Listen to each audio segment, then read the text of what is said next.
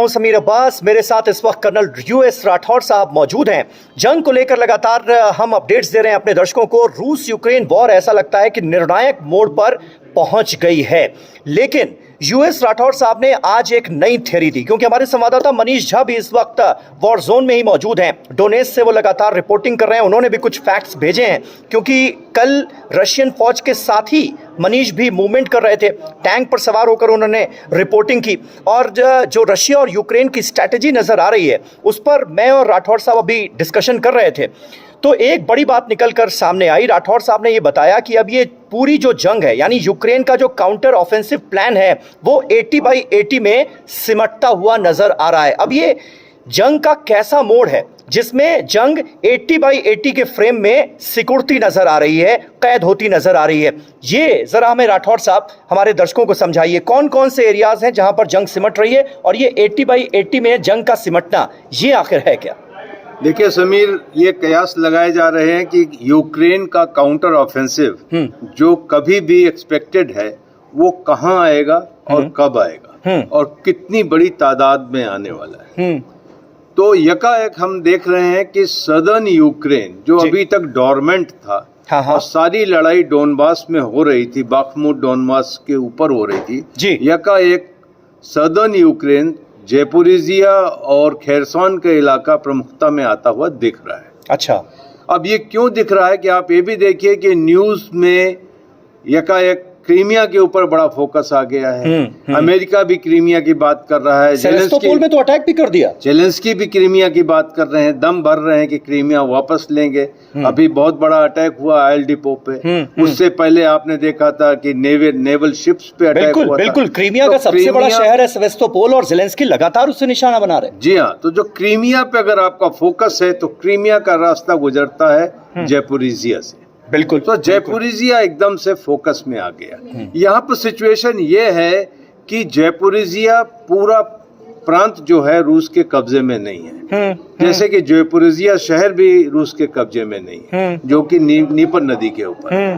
तो ज़ेपोरिज़िया में नीपर नदी के दक्षिणी किनारे पर यूक्रेन का कब्जा है। अच्छा, तो आज हालात ये हैं कि एक जगह है होलाईपोल, आप इसे देखें। हाँ, होलाईपोल से लेकर के कमियांस्के तक ये आपने एक स्क्वायर सा बनाया हुआ है। ये 80/80 इसी का आप जिक्र कर रहे हैं? मैं 80 किलोमीटर बाय 80 किलोमीटर। ओके, तो होलाईपोल से कमियांस्के एक जगह है जिसके ऊपर, हाँ, होलाईपोल से कमियांस्के में के बीच में ये यहाँ पर कमियांस्के है, और ये 80 किलोमीटर का, और ये होलाईपोल।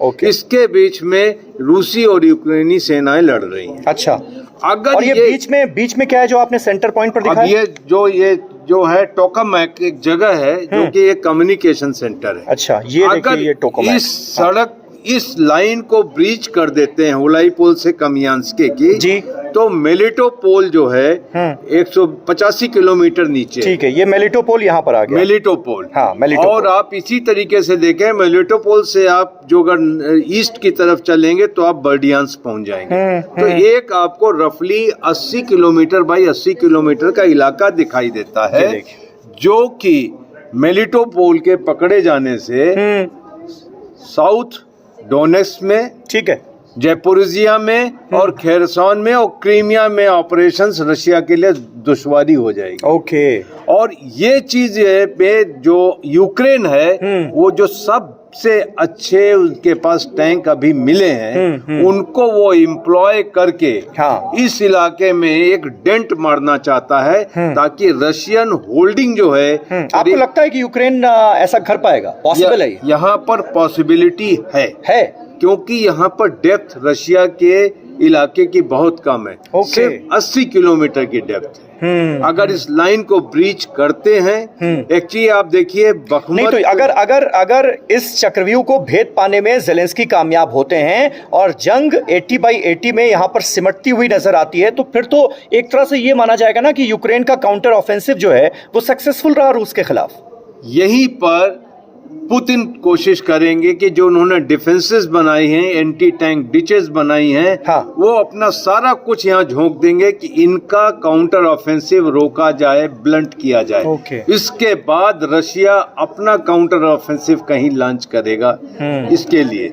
लेकिन आज की तारीख में पुतिन के लिए, अगर पुतिन की नींद हराम हो रही है तो वो 80 किलोमीटर बाई 80 किलोमीटर का जगह है जो कि ज़ेपोरिजिया में है, और इसके ठीक पीछे आपको क्रीमिया मिलता है। मेलिटोपोल में सारा एडमिनिस्ट्रेटिव ऑपरेशनल लॉजिस्टिक्स का हब है। अगर ये पकड़ा जाता है तो सदर्न डोनेस्क, ज़ेपोरिजिया और खेरसान और क्रीमिया के अंदर रशियन फोर्स का ऑपरेशन बहुत मुश्किल हो जाएगा। लेकिन ऐसा लग रहा है कि अमेरिका ने पूरी तरह से बड़ा बैकअप दिया हुआ है यूक्रेन को, और अमेरिका की तरफ से आपने ताज़ा दावा देखा, जॉन किर्बी ये कह रहे हैं कि 1 लाख रशियन सैनिक जो हैं वो अब तक मारे जा चुके हैं यूक्रेन में जंग में। यकीन होता है आपको?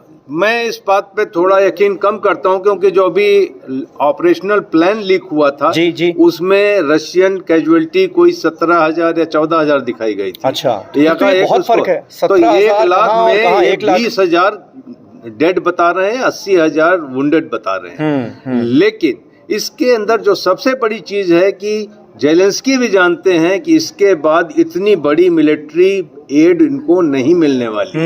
अगर ये करते हैं तो इन्होंने वेस्ट को ये दिखाना है कि हमने डिलीवरी की, हम क्रीमिया के मुहाने पे पहुंच गए, हमें और एड दो। हाँ। तो अगर इसको वो जाया नहीं करना चाहते, इसका बेस्ट पेनिट्रेशन करके वो दिखाना। बिल्कुल, ज्यादा से ज्यादा अत्याधुनिक हथियार अगर आप ले रहे हैं, ज्यादा से ज्यादा आर्थिक मदद ले रहे हैं आप वेस्टर्न कंट्री से, तो आपको उन्हें ये दिखाना भी है कि इन हथियारों के दम पर, इन आर्थिक मदद के दम पर हमने हासिल क्या किया है।